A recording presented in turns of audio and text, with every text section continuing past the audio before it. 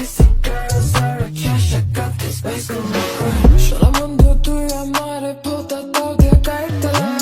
Pidite que te digas like the tuyo, হায় হায় সোনা বন্ধুর সোনা কাইটা হাতে লইয়া বইয়া রইছো, এইটাই তো তোর ছিল বেডি মনে।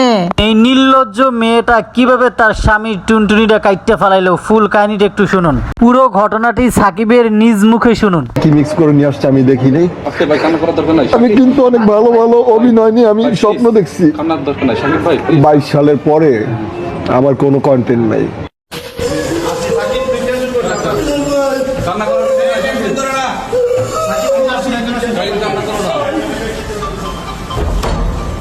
কালকেও 2-3টা চট থাপুর মারছে, এই যে ঘাড়ের এখানে দাগ আছে।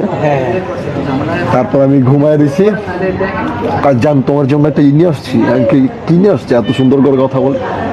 ওই যে আগে খাইতা না 300 টাকা করে, 75 টাকা করে কিন্তু একটা বিয়ারের মতো ইয়ে আছে, ওই যে ইসে বেচে। হ্যাঁ হ্যাঁ হ্যাঁ, দোকানে বেচে। ওইটার সাথে আর লাল কি জানি মিক্স করছে, আর আগে চড়ে কি মিক্স করে নিয়ে আসছে আমি দেখি নাই। আমি প্রচুর ঘুম পাইছি আমার। সেই ঘুমে ঘুমে আমাকে আমার গোপন অঙ্গ কেটে সে পালাইছে। আচ্ছা, এই ঘটনাটা কটার দিকে ঘটছে? এটা সকাল ভোর 4টার দিকে। 4টায়? আচ্ছা, মানে আমি পাশের ঘরের যে আছে, আমি ওনাকে বলি ভাই ধরেন, কয় ওই দিক যাও। আমি ভাই আমার একটু ধরেন, রিক্সা ওটা দেন, আমি এগুলোর মধ্যে নেই। সে সবই জানে। এগুলো কি পরিকল্পিত আগে? জি জি। ইমন খান আসছিল, ইমনের ভয়তে ওরা কথা কয় না। খান মাসুদ নাকি অনেক প্রতাপশালী। খান মাসুদের ভাতিজা ইমন খান, ও আইসা আর শাওন গাজী, এই 3 জনে মিললে আমাকে মেরে ফেলার প্ল্যানিং করছে ভাই। কে কে? ইমন, আর হচ্ছে শাওন আর শিখা। আমি ভাই কোন রকম জানে বাইচা আসছি। আমার গোপন অঙ্গ কেটে ওর সাথে করে নিয়ে গেছে। আচ্ছা, যাই হোক, এখন আপনি কি বিচার চান? আমার জন্য সবাই দোয়া করবেন। আমি 2022 সালের আগে অনেক ভালো ছিলাম। আমি কিন্তু অনেক ভালো ভালো অভিনয় নিয়ে আমি স্বপ্ন দেখছি। 22 সালের পরে আমার কোনো কন্টেন্ট নাই, কোনো নাটক নাই। শুধু কি জানেন, মানুষের নিন্দা অবহেলা, আর হচ্ছে কোনো শাশুড়ি আসছে, শালা আসছে, তোরে কি জানি খাওয়ায় আর ঘুমলায় রাখছে, রাইখা তারপরে কেটে ফেলছে, 2 টুকরা করছে। আর শিকা হচ্ছে গিয়ে তার স্থানটা যে কেটেছে ওইটা হাতে করে নিয়ে এইভাবে বসে আছে, তার হাতে আছে এখনো।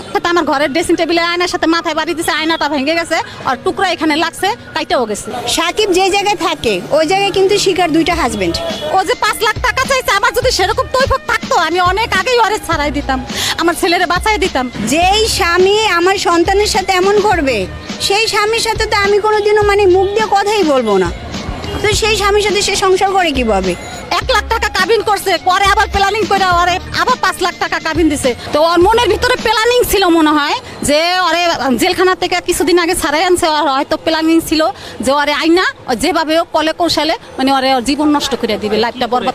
ওর সাথে কি হয়েছে, ওরে কি জানি খাওয়ায় ওরে ঘুমলায় রাখছে, রাইখা তারপরে কেটে ফেলছে, 2 টুকরা করছে। জানতে পারছে কিভাবে? আমার ছেলে না, আমার ছেলে ওই অবস্থায়, আমার ছেলে পুলিশ ফাঁড়িতে যায়া মানে দৌড়ে যায়া পৌঁছাইছে। পৌঁছানোর পরে পুলিশরা যায়া ওটার ভিতরে পুলিশে যায়া মানে ওইটা উদ্ধার করে আনছে, ওই যে পরবর্তী অংশটা, ওই অংশটা উদ্ধার করে আনছে আর শিখারে ধইরা নিয়ে মানে যে ইসে রাখছে, থানায় দিয়ে রাখছে।